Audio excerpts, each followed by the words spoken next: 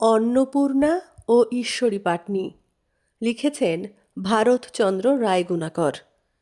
অন্নপূর্ণা উত্তরিলা গাঙ্গিনীর তীরে, পার কর বলিয়া ডাকিল পাটনিরে। সেই ঘাটে খেয়া দেয় ঈশ্বরী পাটনি, তরায় আনিল নৌকা বামাশ্বর শুনি। ঈশ্বরীরে জিজ্ঞাসিল ঈশ্বরী পাটনি, একা দেখি কুলবধূ কে বট আপনি? পরিচয় না দিলে করিতে নারী পার, ভয় করি কি জানি কে দেবে ফেরফার। ঈশ্বরীরে পরিচয় করেন ঈশ্বরী, বুঝহ ঈশ্বরী আমি পরিচয় করি। বিশেষণে সবিশেষ কহিবারে পারি, জানহ স্বামীর নাম নাহি ধরে নারী। গোত্রের প্রধান পিতা মুখবংশজাত, পরম কুলীন স্বামী বন্দ বংশখ্যাত।